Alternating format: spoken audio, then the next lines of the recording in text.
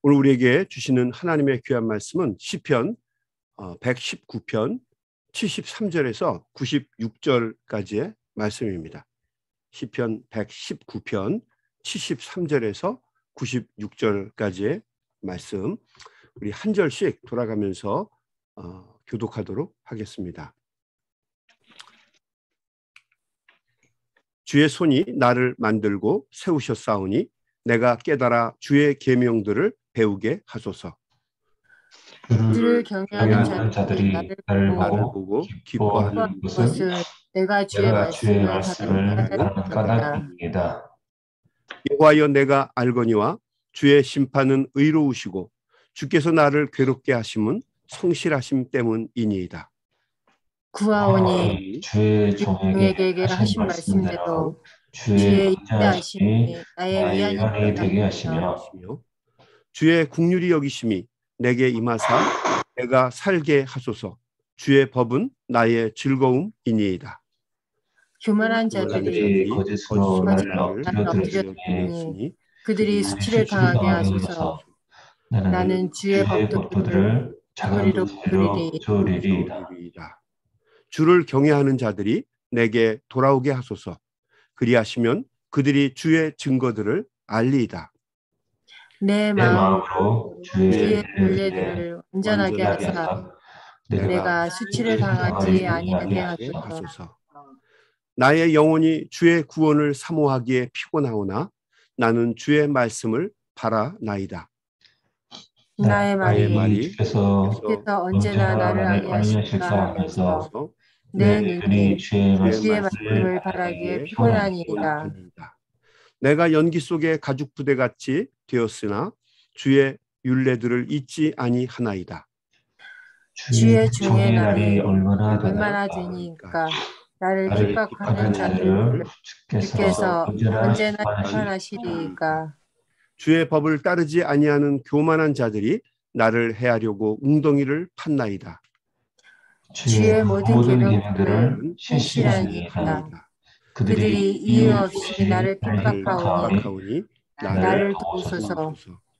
그들이 나를 세상에서 거의 멸하였으나 나는 주의 법도들을 버리지 아니하였사오니 주의 인자심을 따라 나를 사랑하게 하소서. 그리하면 주의 교훈들을 내가 지키리이다.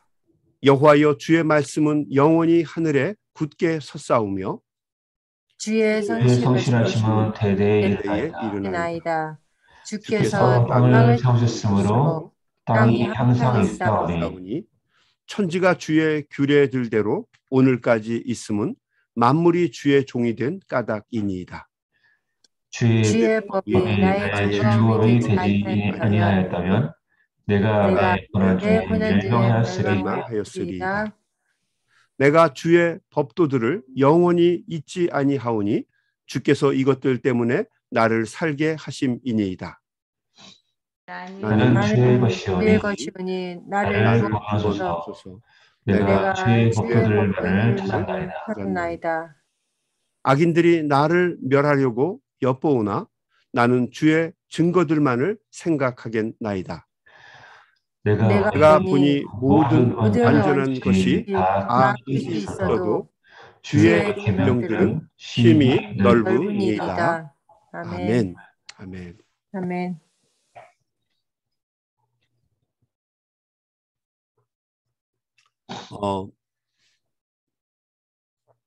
이 잠언 19편에 이 시편 19편에 119편에 보게 되면 가장 많이 나오는 말 중에 하나가 뭐 주의 법, 주의 말씀, 주의 율례, 주의 법도, 뭐 주의 계명, 뭐 이런 단어들입니다. 최첨단 과학 시대를 살고 있는 우리들에게는 상당히 거리가 있는 단어들이죠. 어떤 때는 좀 고리타분하게 느껴지기도 하고 시대착오적인 단어들이 우리 피부에 와닿을 리가 없습니다. 말 그대로 목사 같은 종교인들이나 할 수 있는 소리지 하루하루 바쁘게 팽팽 돌아가는 현대인들에게는 결코 피부에 와닿지 않는 단어들입니다. 당연히 하나님의 말씀이라는 말이 공허하게 들릴 수밖에 없죠. 그런데 사람은 만물의 영장입니다. 동물들 중에 최고의 위치에 있는 영적인 존재라고 하는 뜻입니다. 다른 피조물들과 달리 사람은 우리가 잘 알고 있는 것처럼 하나님의 형상으로 만들어진 존재들이기 때문에 사람은 하나님의 형상으로 만들어진 존재들이죠. 하나님의 성품을 그대로 받은 존재들이기 때문에 하나님과 교통할 수 있는 존재들이고 또 당연히 하나님의 말씀과 뜻을 알아야 할 존재들입니다. 하나님의 말씀은 이 세상을 지탱해 주는 법과 같은 기본적인 것입니다. 세상을 하나님께서 말씀으로 만드셨습니다.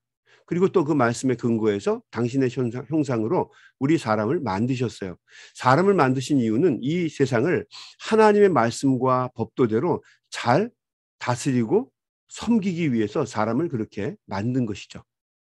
그래서 사람은 결코 하나님의 말씀을 무시하거나 가볍게 볼 수 있는 존재가 아닙니다. 세상은 하나님이 만드신 법과 말씀에 의해서 돌아가고 움직입니다. 하나님의 말씀은 마치 교통법규와 같다고 할 수 있습니다. 운전을 잘하시고 숙련된 분들은 어떤 경우에 교통법규에 관심을 갖지 않습니다. 이런 말들을 자주 합니다. 내가 눈 감고도 운전할 수 있다. 우리 중에도 그런 분들 혹시 있는 거 아닙니까? 왼손으로도 운전할 수 있다. 또 심지어는 내가 발로도 운전할 수 있다. 내가 아내들에게 주로 그런 말 하죠. 내가 당신보다는 낫다. 그렇게 얘기할 때 그런 얘기합니다. 사람이 발로 어떻게 운전하겠어요? 근데 그렇게 자신을 갖는 거죠. 그래서 교통법도 법규를 무시하기도 하고 쉽게 어기기도 합니다. 그런데 정신을 번쩍 차리게 되는 순간이 있죠. 교통법규를 지켜야 한다는 것을 새롭게 깨닫게 되는 순간이 언제고 오게 됩니다. 예전에 교통법규를 아주 우습게 하는 전도사님이 한 분 있었습니다. 자동차 핸들을 잡으면 이 전도사님은 날아다닙니다. 교통법규는 둔하고 미련한 사람이나 지키는 것이라고 생각을 했어요. 그래서 자기는 법규 위에 있는 사람이라고 생각을 했습니다. 그분의 차를 타면 마치 그 롤러코스터를 탄 것 같습니다.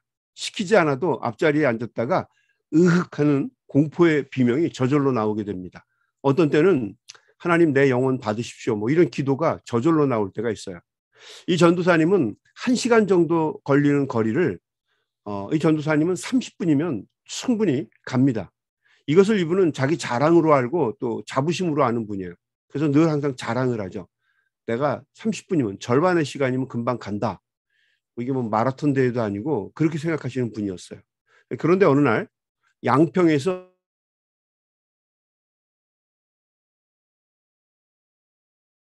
빗길을 전력으로 달리시다가 미끄러지면서 맞은편에서 오고 있던 화물 트럭과 부딪힌 겁니다.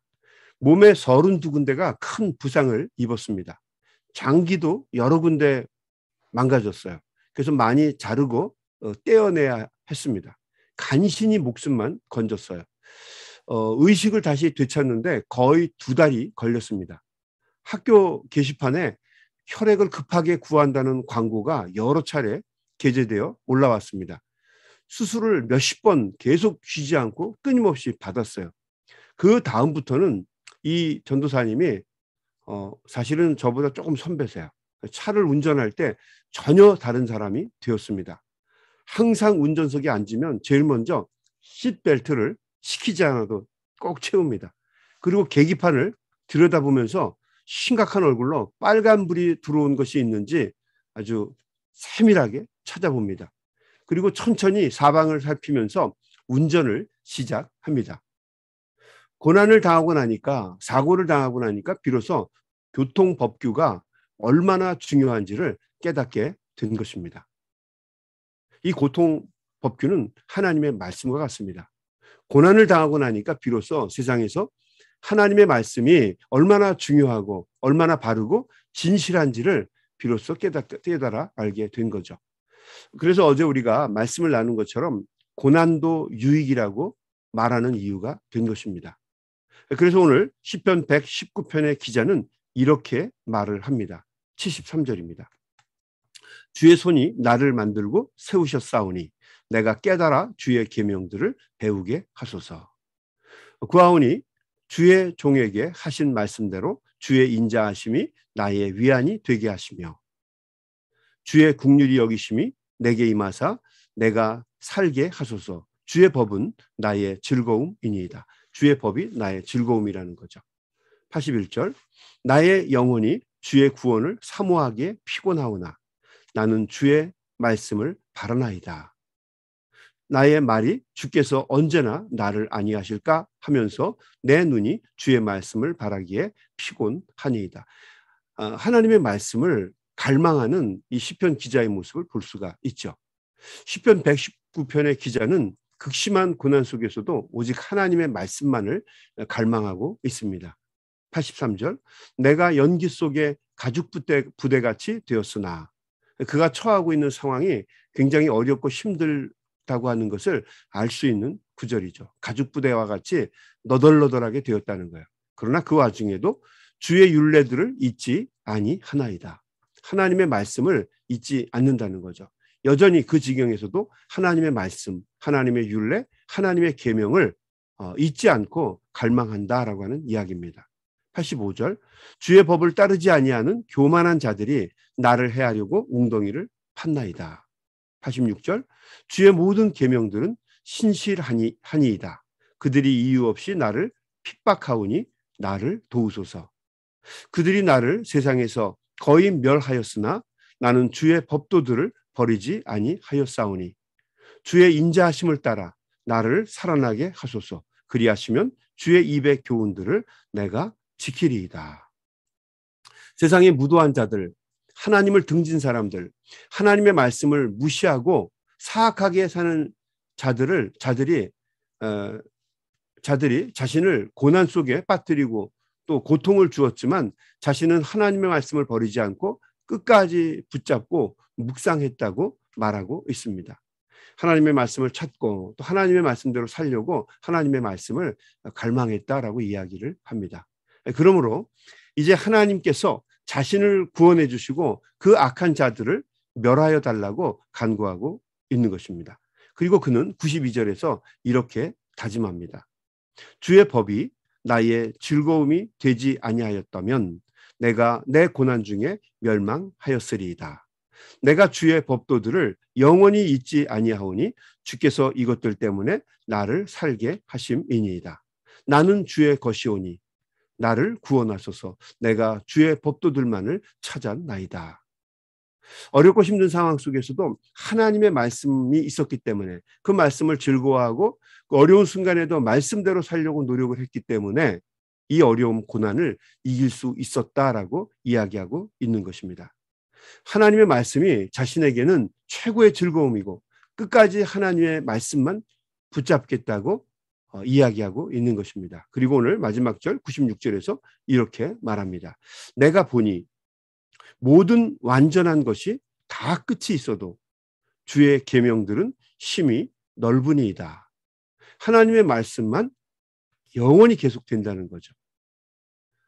모든 완전한 것들도 다 무너지고 망하지만 하나님의 말씀은 끝까지 간다는 거예요. 과거에도 그랬고 오늘 우리가 사는 이 시간에도 그렇고 그리고 우리의 후손들이 살아갈 미래에도 하나님의 말씀은 영원토록 지속이 된다는 겁니다. 그래서 그 하나님의 말씀을 붙잡고 하나님의 말씀과 법대로 사는 것은 고난과 역경 속에서도 큰 힘이 되고 능력이 된다라고 이야기하고 있는 것입니다. 미국 영화 중에 내 생애 최고의 날이라고 하는 영화가 있습니다. 영어로는 제목이 The Best Years of Our Lives라고 하는 영화입니다. The Best Years of Our Lives. 이 영화는 제2차 세계대전이 끝나고 나서 부상을 입고 상의 용사가 되어서 사회로 돌아온 어떤 중년 남성의 살아가는 이야기를 그린 아주 오래된 영화입니다. 그 배경이 1946년이죠. 영화의 주인공은 러셀이라고 하는 사람입니다. 실제 인물입니다. 일본의 진주만 공습으로 인해서 거기에 참여했다가 두 팔이 폭탄이 터지는 바람에 떨어지고 말았습니다. 그래서 의가사 제대를 했습니다.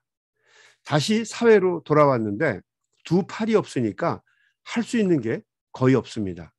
그래서 이 러셀은 낙심하고 절망해서 꽤 짧지 않은 시간을 방황하고 힘들게 살아갑니다. 그런데 어느 날 생각해 보니까 자기는 이 부상 속에서 자기가 할 수 없는 것만 생각하면서 살았어요. 그러다 보니까 삶의 모습이 너무 초라하죠. 그래서 어느 날 이 러셀이 정신을 차려 보니까 자신이 너무도 딱하고 불쌍합니다. 그래서 어느 날 자기가 할 수 있는 것이 무엇인가를 생각해 보게 됩니다. 이제 제정신으로 돌아온 거죠. 내가 어떻게 살 것인가. 생각해 보니까 두 팔은 없지만 자신이 연극 대본을 아주 잘 쓰는 것을 발견하게 됩니다. 그래서 연극 대본을 쓰기로 결정을 합니다. 그것이 바로 그렇게 해서 쓰게 된 그 책, 그리고 대본, 그리고 그 영화 제목이 내 생애 최고의 날이라고 하는 작품입니다. 그 영화가 나오고 나서 아카데미상을 받았죠. 자기도 그 영화에 잠깐 그 카메오 출연을 하게 되는데 나중에 아카데미 조연상도 같이 받게 됩니다. 아마 건강한 모습으로 살았다면 이런 일들이 없었겠죠. 그래서 나중에 수상식에 기자가 이 러셀 역을 맡았던 사람에게 이렇게 질문을 합니다. 기분이 어떠세요? 그러자 러셀은 이렇게 이야기를 했어요. 내가 이 상을 받게 된 것은 내게 고난이 있었기 때문입니다. 고난이 있어야만 행복하다라고 말할 수는 없겠지만 고난 속에서도 강렬하게 내가 무엇을 해야 될 것인가를 붙잡으니까 인생이 변화가 없고 오히려 더 강해진다라고 하는 이야기입니다. 이 119편의 기자는 고난 가운데 하나님의 말씀을 붙잡았습니다. 하나님의 말씀은 우리에게 어떠한 고난과 역경도 이길 수 있는 힘을 준다라고 하는 것을 이 시편 119편의 기자는 우리에게 증거하고 있는 것입니다. 여러분, 우리가 사순절 기간을 지내고 있습니다. 아까 우리 집사님 기도해 주신 것처럼 우크라이나는 전쟁 때문에 참 어려움을 당하고 있고 또 뭐 여러 가지 안 좋은 말들도 많이 등장하죠. 뭐 전술핵을 쓴다 뭐 이런 얘기를 들으니까 좀 걱정도 되고 여러분 그렇게 되면 세계가 어떻게 되겠습니까? 우크라이나 사람들도 뭐 엄청나게 많은 분들이 다 생을 마감하겠죠. 뭐 그뿐만 아니라 세계 모든 경제 모든 것들이 다 엉망진창이 되고 멈춰버릴 겁니다. 또 자칫 잘못하면 또 3차 대전으로 갈 수도 있죠. 이 모든 것이 어렵고 힘든 시기입니다. 그래서 우리가 하나님의 말씀을 붙잡을 수밖에 없는 때이고 하나님의 도우심과 은혜를 구할 수밖에 없는 시간입니다. 오늘도 이 아침에 우리가 하나님 앞에 간절한 마음으로 말씀 붙잡고 기도했으면 좋겠습니다. 오늘 특별히 우리 교회는 그 우크라이나 그 고난받는 형제들을 위해서 또 성금을 내려가는데 여러분 위해서 기도해 주시고 또 우리가 우리 교회의 그 시작이 그렇지만 우리가 할 수 있는 한 우리 지역사회뿐만 아니라 세계에 있는 많은 형제들에게 도움을 주고 또 하나님을 섬길 수 있는 그런 쓰임받는 교회가 되기를 바랍니다. 오늘도 여러분 주님의 말씀 붙잡고 힘있게 사셔서 복되게 사셔서 승리하시는 멋진 하루가 되시기를 주님의 이름으로 간절히 축원합니다. 우리 한번 같이 기도하겠습니다. 하나님 감사합니다. 오늘도 귀한 말씀을 통해서 저희들이 많은 것을 깨닫습니다. 하나님의 말씀이 우리가 살아가면서 지켜야 할 법규와 같고 또 하나님의 말씀이 우리에게 힘과 능력을 주는 영적인 무기인 것을 저희들이 깨달았습니다. 세상을 살면서 고난과 고통이 끊임없이 몰려올 텐데 하나님 우리가 주님의 말씀 붙잡고 고난과 역경을 잘 이겨내며 승리하는 복된 인생 살아갈 수 있도록 도와주시옵소서. 특별히 오늘도 하나님의 말씀 붙잡고 신실하신 그 말씀 붙잡고 주님 앞에 간절히 부르짖고 기도하고자 합니다. 너희는 내게 부르짖으라. 내가 응답하겠고 내가 알지 못하는 크고 비밀한 일을 보이리라 하신 주님. 오늘 우리 사랑하는 성도들이 한마음 한뜻 되어 주님 앞에 기도할 때에 우리의 기도가 하나님의 전에 상달되는 놀라운 은혜가 이 아침에 있도록 하나님 저희들을 붙잡아 주시고 인도해 주시옵소서. 예수님의 이름으로 간절히 기도드리옵나이다. 아멘. 우리 이 시간 다 같이 한 마음으로 한 목소리로 주의 말씀 붙잡고 간절하게 기도하면서 세상으로 나아가겠습니다. 우리 소리내서 기도합니다. 하나님 아버지 감사합니다. 오늘도 우리 귀한 종들이 믿음으로 주의 전에 나와서 간절한 마음으로